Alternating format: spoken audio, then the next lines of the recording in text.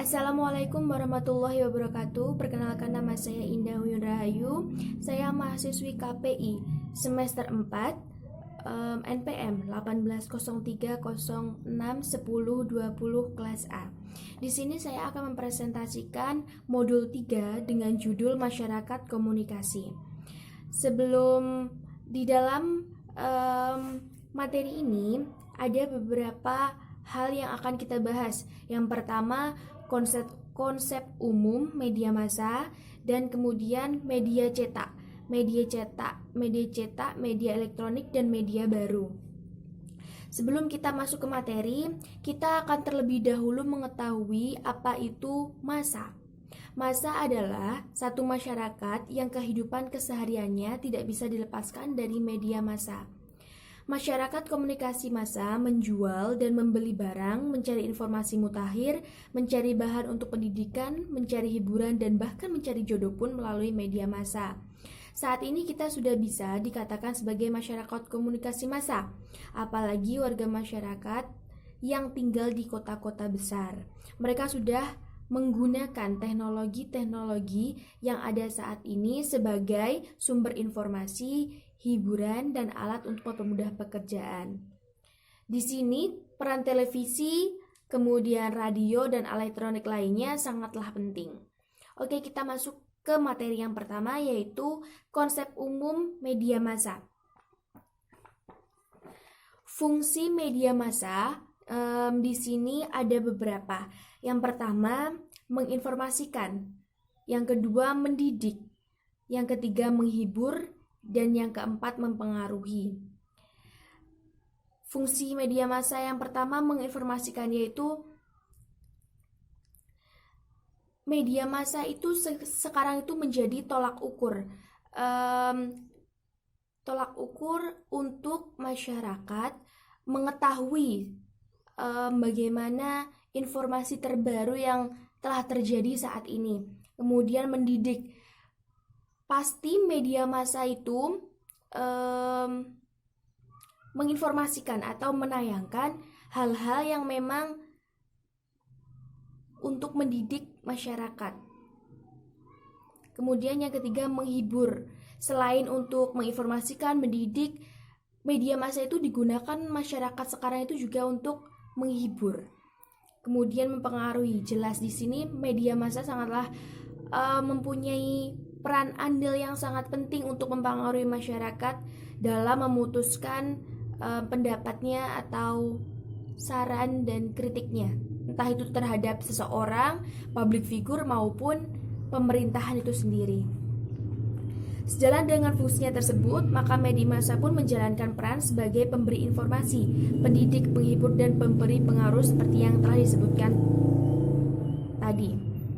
Karena fungsi dan perannya yang penting, antara lain ditunjukkan kepada kemampuan media massa membentuk opini publik dan pengambilan keputusan, maka di berbagai negara selalu ada peraturan perundang-undangan yang mengatur kehidupan media massa. Di Indonesia, misalnya ada Undang-Undang Pokok Pers dan Undang-Undang Penyiaran. Peraturan perundang-undangan itu akan banyak berkaitan dengan bagaimana media massa menjalankan fungsi dan perannya, sekaligus bagaimana media massa mengemban tanggung jawab sosial yang dijalankan.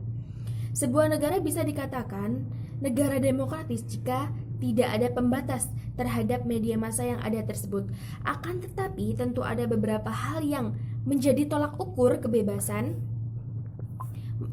kebebasan media massa tersebut.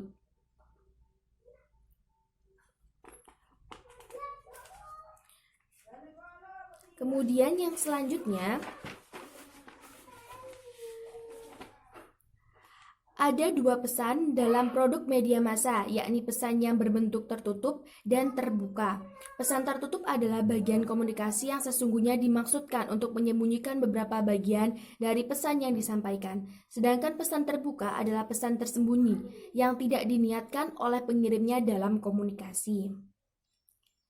Komunikasi massa itu penting karena antara lain komunikasi massa dan media massa merupakan dua sisi dari satu mata uang. Media massa memungkinkan berlangsungnya komunikasi massa, dan kebutuhan manusia atas komunikasi massa itulah yang melahirkan media massa.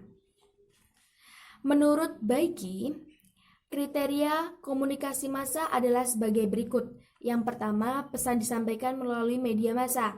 Yang kedua, pesan disampaikan secara cepat. Dan yang ketiga, pesan bisa menjangkau beberapa kelompok besar masyarakat secara bersama atau hanya berbeda sedikit saja waktunya. Kemudian ada 4 kecenderungan konsentrasi media itu. Yang pertama, konsentrasi pemilikan. Yang kedua, pemilikan lintas media. Dan yang ketiga, pemilikan oleh konglomerasi. Dan yang keempat, melakukan kecenderungan yang digambarkan Baiki itu sesungguhnya di Indonesia mulai berkembang. Setidaknya kita bisa menyebutkan 2 perusahaan media yang memiliki jaringan pemilikan, yaitu Grup Jawa Pos dan kelompok Kompas Gramedia.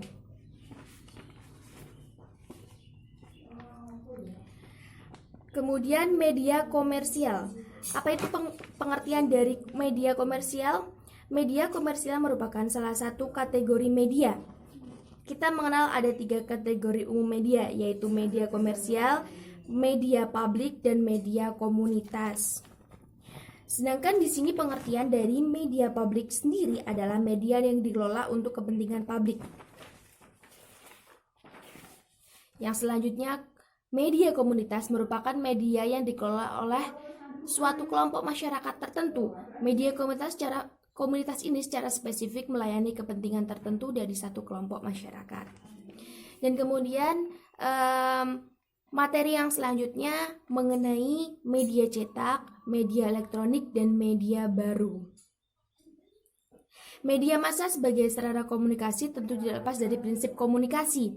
Susanto membahas hal tersebut sebagai berikut. Yang pertama, relevansi dengan kehidupan sehari-hari khalayak. Yang kedua, objektivitas. Yang ketiga, kredibilitas komunikator. Yang keempat, ruang pengalaman atau field of experience. Yang pertama, media cetak. Berdasarkan sejarahnya, media dalam sejarah peradaban manusia. Prinsip dari media cetak ini sudah zaman Yunani kuno. Selain itu, pers juga dikenal di masa media cetak ini.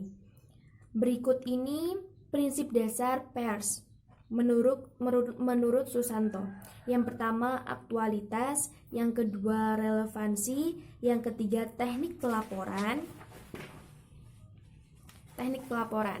Kemudian untuk membedakan informasi tercetak dikategorikan media cetak atau sekedar barang cetakan belakang.